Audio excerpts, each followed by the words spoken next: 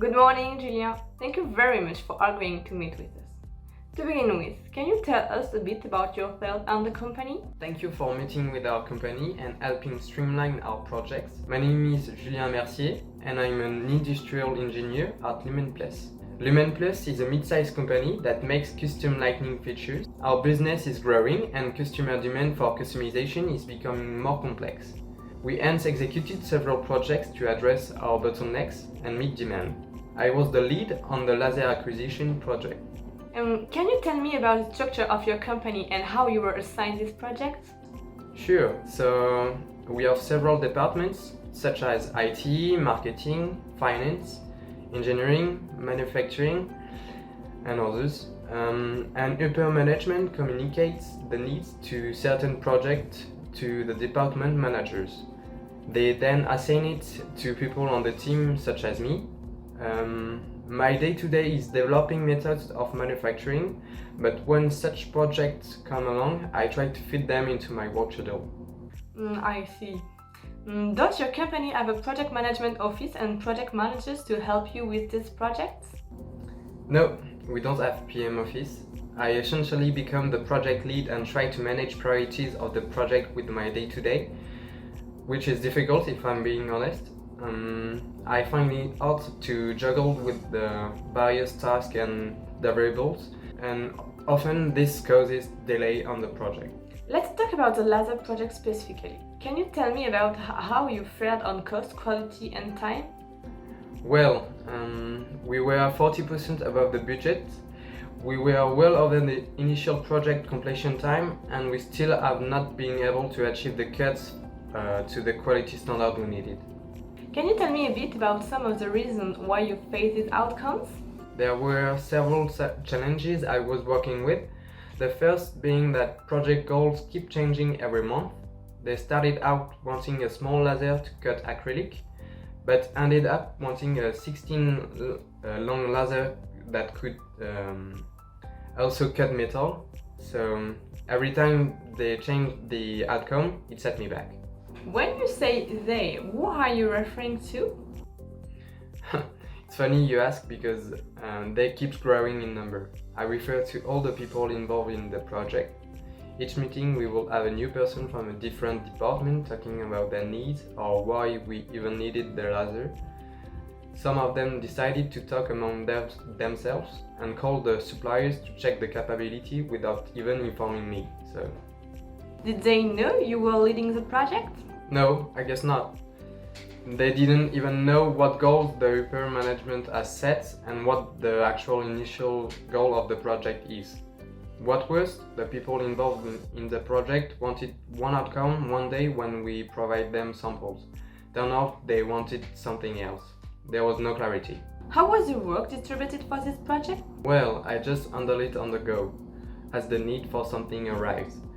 I would go to the department concerned and wait a bit for a person from the department at the time to help me. You could say I was ensuring all the work was getting done and doing most of the work at the same time. Honestly, I feel comfortable this way. Because what if I set a priority on and another person does not understand what I meant? And do you think there were tasks that could have been done in parallel? I hadn't thought of that. I just did one task after another. If I was waiting on information for somebody, I would just switch to doing my day-to-day tasks. Come to think of it, many things could have been done in parallel. Were you following a timeline of any sort? Well, I knew I had to deliver in a year, but I didn't really set out deadlines for individual tasks. And to be fair, the numbers of things to deliver also change all the time. In the beginning, I had just to buy a laser, but later I started to realizing that I had to buy a filtration machine, a transformer, gas exchange cylinder. I even had to build a room to isolate the laser. What's more, upper management said that I didn't have to just buy the machine, but I had to integrate it on the floor. This meant designing a process, hiring operators, thinking about layout. I was getting overwhelmed. I accommodated all these items, I saw the timelines growing and the cost model exploding. That is very understandable. You mentioned earlier that you faced a few challenges with quality. Could you elaborate? Yes, of course. We were sending samples to supplier with one expectation of quality. When we received the part with the quality we defined, we found that we want a more accurate cut with a smoother finish. This way we sent sample back and forth a number of times before we defined what we needed. It was quite frustrating for our vendors. Are there any other challenges you would like to elaborate on? The laser was a complex machine to buy and there was a lot I didn't know going in. I feel a little more time could be spent on researching. Well, I will say ownership of the various project tasks was a problem for me. There was a definite link missing with the other departments also. Safety consideration and aligning to government regulation was an element which we absolutely needed to attend to, but I did not attend to soon enough in the project. Buying support systems like transformers really pushed my timeline and cost model. The integration of the laser to the production floor was a definite curveball. Training people also, getting them used to equipment and making them follow the process has been such a big problem that I feel I will be with the project for at least another year.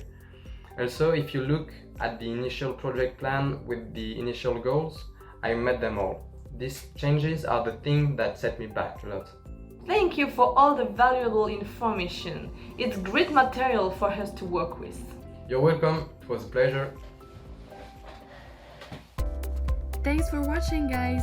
You can hit the like button if you appreciated this video, and also don't forget to subscribe and activate the bell to get notifications.